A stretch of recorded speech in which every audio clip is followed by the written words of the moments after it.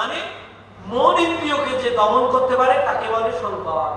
সম্মানে মনকে দমন করা, আর দম মানে বহিরিন্দ্রিয়কে দমন করা। এই জন্য হরিচাঁদের এক নাম শান্ত আর এক নাম দান্ত। শান্ত, দান্ত, কৃপাবন্ত, যশবন্ত।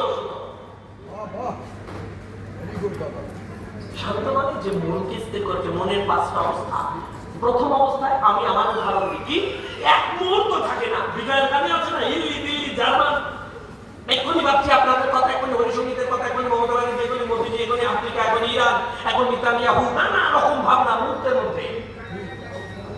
এক্ষুনি আপনি চোখ বুঝে দেখেন মন কত দ্রুত দৌড়াচ্ছে। আপনি ভাবছেন তুর্কির প্রেসিডেন্টকে এরদোয়ান, রাশিয়াকে ভ্লাদিমির পুতিন, তুর্কির মুদ্রা অমুক। এই যে নানা রকম চিন্তা, বাড়ি যাবো, বাড়িতে এই বলবো, এই করবো। মুহূর্তের মধ্যেও মন ঠান্ডা হচ্ছে না। একে বলে মনের ক্ষিপ্ত অবস্থা। কি বলে? একটু সাধারণ কথা একটু বলি, মনের কথা। ভজন মানে ইন্দ্রিয় দ্বারা ভগবানের সেবাকে বলে ভজন, আর মনের দ্বারা যা করা হয় তাকে বলে সাধন। তাই সাধনের কথা বলছি, মনের কথা। প্রাথমিক পাঠ, প্রাইমারি লেসন কি হচ্ছে? ক্ষিপ্ত মন মানে সারাক্ষণ খেপা মন, ঘুরে ঘুরে বেড়ায়।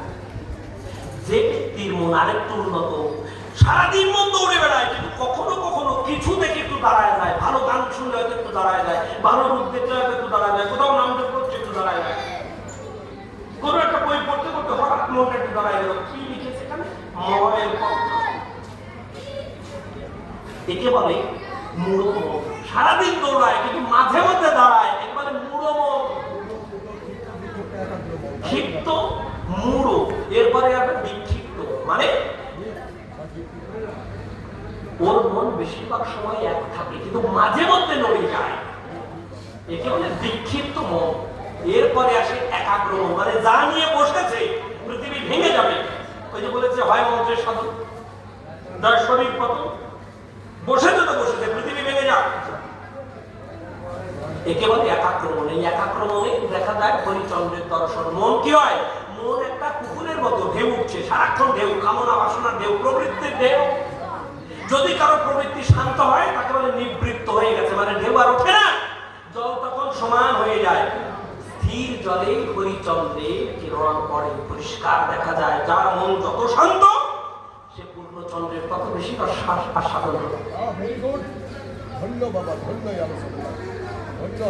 মন না হলে হবে না। আপনি মাতাম দিচ্ছেন, নাম জপ করছেন, মন স্থির থাকছে না, তার মানে আপনারও দর্শন হচ্ছে কেমন?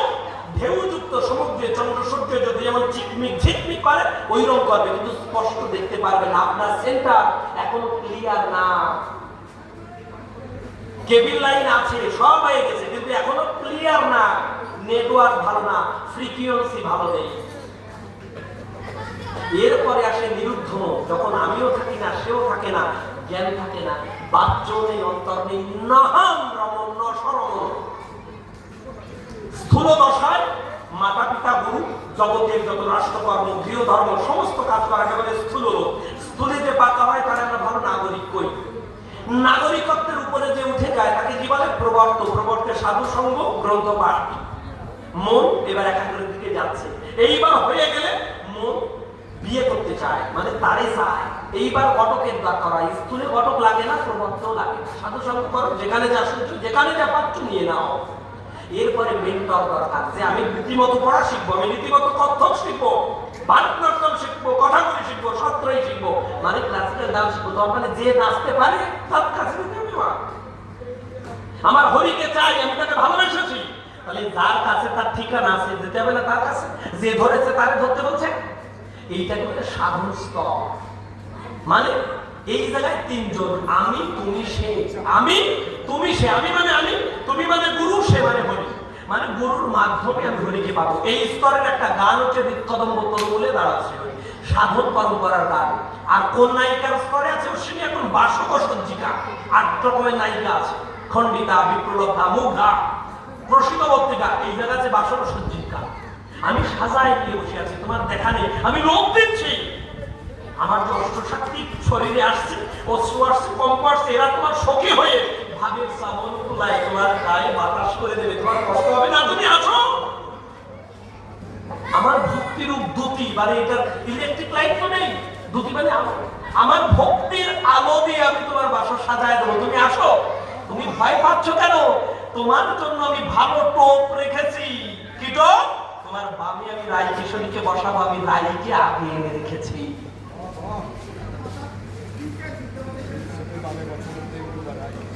তার মানে রাই কিশোরের রাতে আছে। তারপরে তো বলছে যে তোমার বাবে আমি বসাবো। আমার হাতে যদি রাধারানী বাধা না করতো আমি দিতাম কি করে?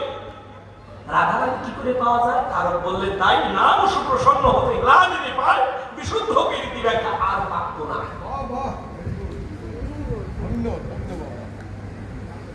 তাহলে আমি কি বলছি, মনের যে নিরুদ্ধ দশা হয় তখন বলে জনসমাধি, আমার হাত ধরে বলবে মারা গেছে, কিন্তু আমি মরি নাই, মরি নাই।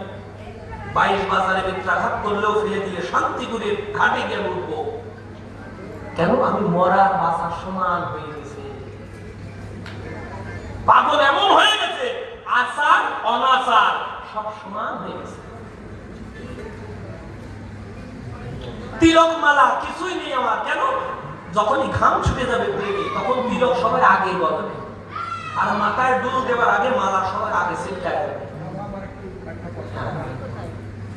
খেপা পাগল রসের বাকি আচার অনাচার সমস্ত তাইয়ে দিচ্ছে ওই কাগজ তিলক মালা দুই মণ্ডল। এই দুই মণ্ডল মানে দুই ভাগী। মণ্ডল কথা মানে ক্লাসিফিকেশন, মানে তিলক এবং মালা। তিলক মালা কিসের প্রতীক আমি বলছি, একদম সাধু শাস্ত্রে যেভাবে ব্যাখ্যা করেছে। তিলক হচ্ছে মর্যাদার প্রতীক। দেখবেন কেউ যুদ্ধে যাচ্ছে, কেউ বাড়ির বাইরে যাচ্ছে, যশোদা তিলক দিয়ে দিচ্ছে। তিলক মানে এই যে আমি আসার সাথে আমাকে বরণ করেছেন কি কি দিয়ে বলেন তো? মানে তিলকের পরিবর্তে ফোঁটা দিয়েছে। তিলক আর মালা মানে আমি মর্যাদাবান।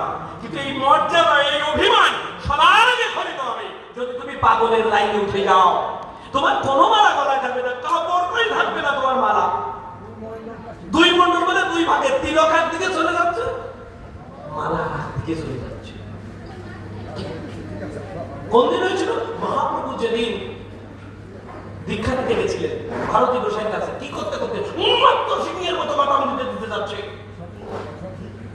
চোখের জলে পিচকারির মতো স্নান করছে। ভারতী বলছে আমি কি মন্ত্র নেবো, মন্ত্র ভুলে গেছে।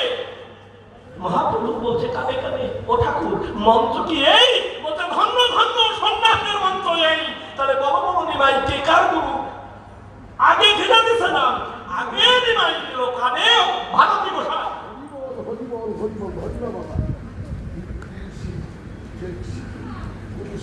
খ্যাপা পাগল হয়ে যায়, সিংহ হয়ে যায়। ন্যাংটা হলে তার খেয়াল থাকে না, ন্যাংটা হলে তার ভয় লাগে। যার কিছু সঞ্চয় আছে, বাটপারে কি করে? সুরাইমাল চুরি করে যারা জগতে বাটপার বলে বিখ্যাত তারা। কিন্তু ন্যাংটার কি ভয় বাটপার বলে? যেদিন তোমার রূপ দর্শন করেছি, আমার ত্রিতাপ জ্বালা, আধ্যাত্মিক জ্বালা, আদিভৈবিক জ্বালা, আদিদৈবিক জ্বালা, আমার সমস্ত জ্বালার যে বসন আমার সব ছুড়ে গেছে। আমার ন্যাংটার ভয় আছে। এগুলো যদি না শেখে, যদি না বসে, না জমায়, না কিছুতেই কিছু হবে না। আপনারা বলছিলেন না যে মতুয়া বাচ্চা, সম্মেলন বাচ্চা, মাল কোথায়? চিরদিন মাথায় রাখবেন কোয়ালিটি কম, কোয়ান্টিটি বেশি। বৃন্দাবনে কি 8 জন যুবতী নারী ছিল? আর কেউ ছিল না, কিন্তু কোয়ালিফাই হয়েছে মাত্র 8 জন রাধারানীকে ঘিরে থাকার জন্য। গোকুলে যদি জনগণনা হতো নিশ্চয়ই 2-150 লোক বেরোত। সবাই কি অধিকারী হয় না? আবার কেউ কেউ চায় না। কি চায় না? লক্ষ্মী বিলাস উচ্ছ্বাস করি। তুমি কি দিবা? আমার লক্ষ্মীর মতো করে পরস্পর অধিকার দিবা? আমি চাই না। আমার অভিলাষ বিলাস রঞ্জনী, আমি ওই রাধা কৃষ্ণের যে সেবা, যুগল সেবা সহকারী হব, কিন্তু আমি তোমার বক্ষের লক্ষ্মী হব না। কেন? ঐশ্বর্যের মধ্যে আমি যাব না। এই জন্য তারক লিখছে আমার যশোদা যদি পা দিয়ে ফেলে দেয় তাতে আমি যে সুখ পাই, গোলক বৈকুণ্ঠ করে শত শত লক্ষ্মী আমার সেবা করলে আমি তত সুখ পাই না। মানে এই জায়গা কি সিদ্ধান্ত উল্টে গেল? বাৎসল্যের উপরে মধু থাকার কথা ছিল, কিন্তু তারক কি করলো? মধুর উপরে বাৎসল্য। কেন? প্রেমিকারা মধুর জগতে, যশোদা বাৎসল্য। কিন্তু এই দুটোর 2 ভাগ আছে, একটা ঐশ্বর্য, এক বাৎসল্য। দেবকী ঐশ্বর্যের মাতা, যশোদা মাধুর্য মমতা। কখনো বলেনি যে রাধারানীর চেয়ে বেশি আশা, তা বলতে পারবে না কৃষ্ণ। কিন্তু ঐশ্বর্য জগতের লক্ষ্মীর চেয়ে মাধুর্য জগতের সভ্য প্রেম দাস্য প্রেমের মধ্যে তারকসাদ যেমন গৌড়ীয় বৈষ্ণব দর্শনকে কাঠামো করেছে, আবার ভেঙে ভেঙে নতুন দর্শনের জন্ম দিয়েছে।